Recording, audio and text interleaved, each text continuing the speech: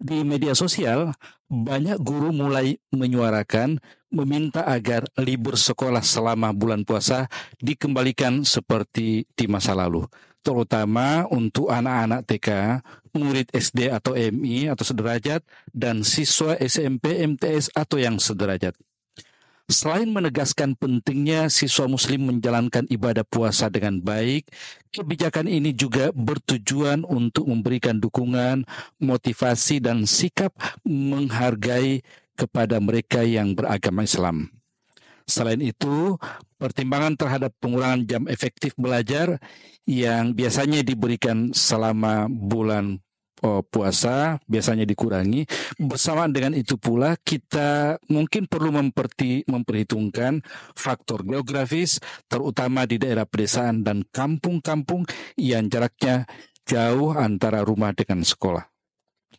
Namun penting untuk diingat bahwa tidak semua anak di Indonesia ini memiliki akses kendaraan pribadi atau transportasi umum yang memadai, serta fasilitas lain seperti sepeda misalnya, sehingga perlu dipertimbangkan dengan serius dalam merumuskan kebijakan seperti yang disuarakan oleh guru.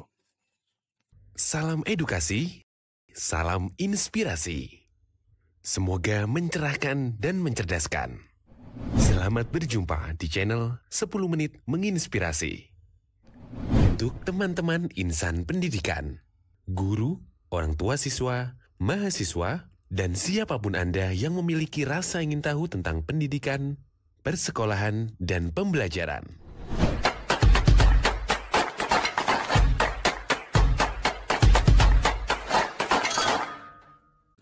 Mari kita menengok perjalanan panjang sejarah dari masa ke masa tentang libur bulan puasa ini. Sejak masa kolonial Belanda, pengakuan terhadap praktik keagamaan telah tercermin dalam kebijakan libur sekolah selama bulan Ramadan. Meskipun dengan status diwaspadai atau dimata-matai, pemerintah kolonial Belanda memperhatikan pentingnya memberikan waktu bagi siswa muslim untuk menjalankan ibadah puasa dan aktivitas keagamaan lainnya.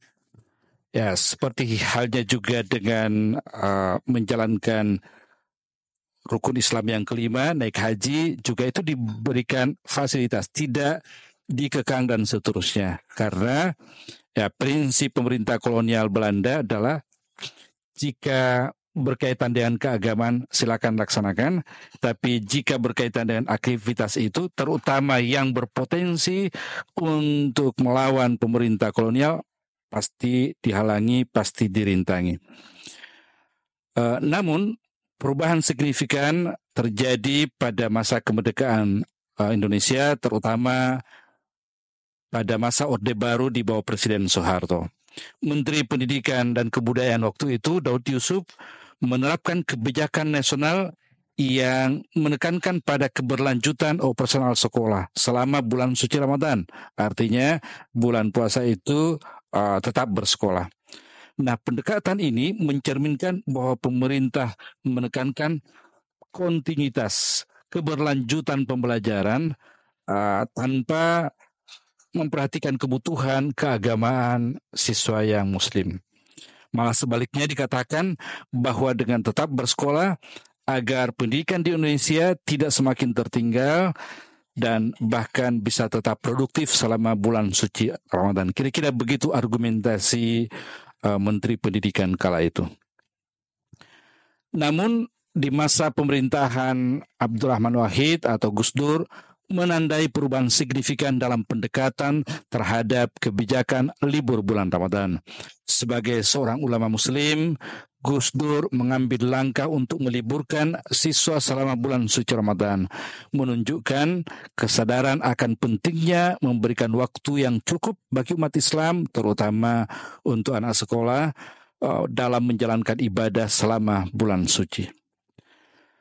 Era setelah itu, yakni setelah Megawati menjadi presiden, kebijakan itu kembali mengikuti pola masa Orde Baru dan ya tetap sekolah di bulan suci Ramadan, dan itu berlangsung hingga saat ini. Yang mungkin diberikan hanya pada saat libur itu diberikan pada saat menjelang memasuki bulan suci Ramadan dan menjelang Idul Fitri di akhir bulan suci Ramadan. Nah, faktor lain yang mungkin perlu menjadi pertimbangan bahwa jarak tempat tinggal dengan sekolah juga menjadi pertimbangan pentingnya siswa diliburkan. Ini menurut suara teman-teman guru sebagian besar di media sosial, terutama di kampung-kampung, di desa, di mana jarak yang jauh antara rumah dan sekolah serta kondisi jalanan dan sungai menjadi rintangan sendiri yang tidak mudah diatasi selama menjalani ibadah puasa. Hal ini dapat menjawabkan tingkat ketidakhadiran siswa di sekolah menjadi tinggi. Karena di satu sisi mereka harus tetap menjalankan ibadah puasa yang secara fisik juga dibutuhkan stamina yang kuat. Di sisi lain mereka tetap diwajibkan untuk bersekolah. Dalam konteks masa kini, di mana teknologi telah merambah setiap aspek kehidupan, jika pertimbangannya bahwa dengan meliburkan siswa itu akan tidak produktif, siswa akan stagnan dan tidak ada pembelajaran, maka sebenarnya mungkin bisa diambil jalan tengah, di mana siswa tetap berada di rumah, belajar dari rumah dengan pembelajaran online. Ini adalah tawaran solusi yang mungkin bisa efektif, bisa kita terapkan. Aplikasi dan platform pembelajaran online telah menjadi sarana utama bagi siswa dan guru untuk tetap terhubung dan terlibat dalam proses pembelajaran. Dia terlepas dari lokasi dan kondisi lingkungan. Ya, ada banyak sekali aplikasi, menggunakan aplikasi seperti Google Classroom, Zoom Meeting, Microsoft Teams, dan lain sebagainya. Siswa dapat mengakses materi pembelajaran, menyelesaikan tugas, berpartisipasi dalam diskusi, dan mendapatkan bimbingan dari guru secara online. Fleksibilitas waktu dan aksesibilitas keterjangkauan yang ditingkatkan membuat pembelajaran online menjadi solusi yang ideal, terutama selama bulan Ramadan, ketika siswa mungkin memiliki jadwal yang berbeda-beda karena ibadah puasa. Selain itu, tentu cara konvensional seperti membagikan buku pelajaran, buku paket juga bisa menjadi solusi bagi daerah yang signalnya kurang bagus atau kendala kepemilikan HP yang terbatas pada keluarga tertentu. Nah, tentu ini tidaklah terlalu sulit karena kita telah dipaksa dalam tanda petik, dipaksa belajar ketika COVID-19 yang lalu, di mana semua pembelajaran berlangsung dengan baik, walaupun awalnya kita merasa gagap, merasa agak canggung, tapi seiring dengan perjalanan waktu, guru sudah mulai terbiasa, siswa mulai terbiasa, siswa juga mulai terbiasa. Jadi saya kira dari segi teknis tidak ada yang perlu dikhawatirkan. Nah, implementasi pembelajaran online selama bulan Ramadan tentu membutuhkan kerjasama antara sekolah, guru, siswa, dan orang tua. Guru perlu memiliki keterampilan teknologi yang cukup untuk menyusun dan mengelola kelas online, mengupload materi pembelajaran, memberikan tugas, atau memfasilitasi diskusi secara online. Ya, siswa juga perlu dilengkapi dengan perangkat yang diperlukan seperti smartphone, mungkin laptop, dan lain sebagainya.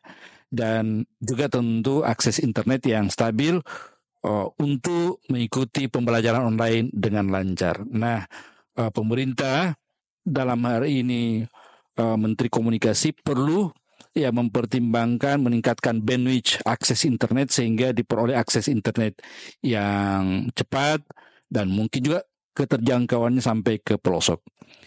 Nah, orang tua juga perlu terlibat dalam mendukung dan memfasilitasi proses pembelajaran online bagi anak-anak mereka, terutama dalam hal menyediakan lingkungan yang kondusif dan memfasilitasi kebutuhan yang teknis. Ya, tentu di luar itu anak-anak yang tidak memiliki handphone misalnya masih dapat dilakukan cara-cara lain dalam mengantisipasi situasi seperti ini.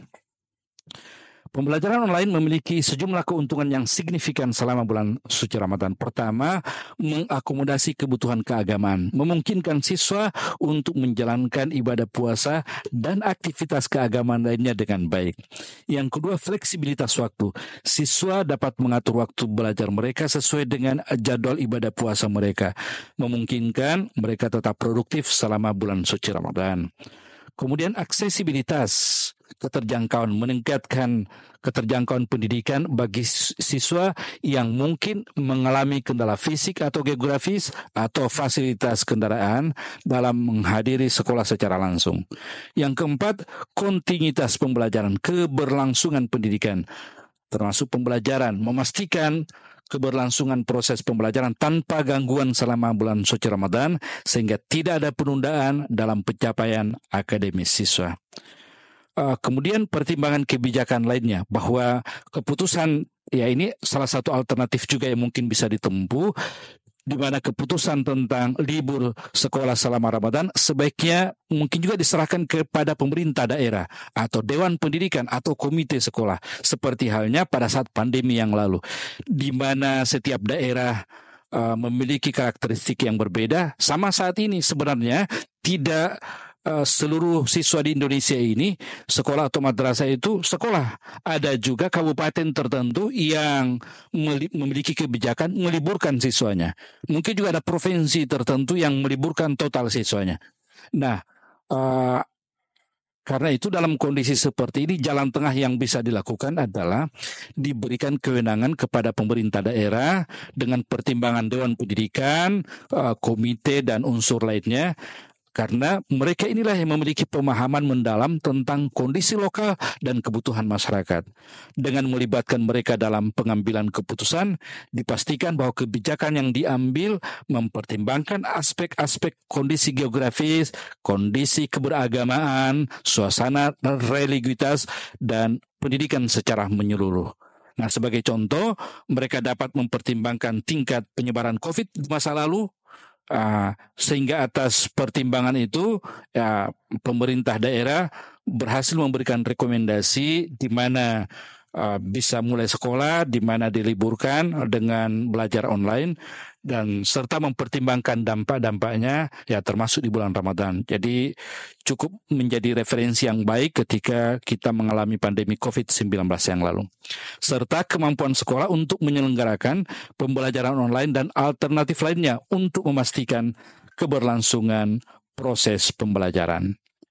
Patut ya, jadi suara-suara guru terkait dengan keinginan agar dikembalikan siswa agar libur seperti di masa lalu patut didengarkan dan bisa menjadi bahan pertimbangan. Akhirnya saya ingin menyampaikan bahwa jika teman-teman mendapat manfaat dari channel ini, silakan bagikan pada orang-orang yang dikasihi. Bagikan pula pada grup media sosial teman-teman. Dengan demikian, mereka pun bisa mendapat informasi, mungkin saja bisa terinspirasi dan tercerahkan. Karena berbagi itu indah, berbagi itu ibadah. Salam edukasi, salam inspirasi.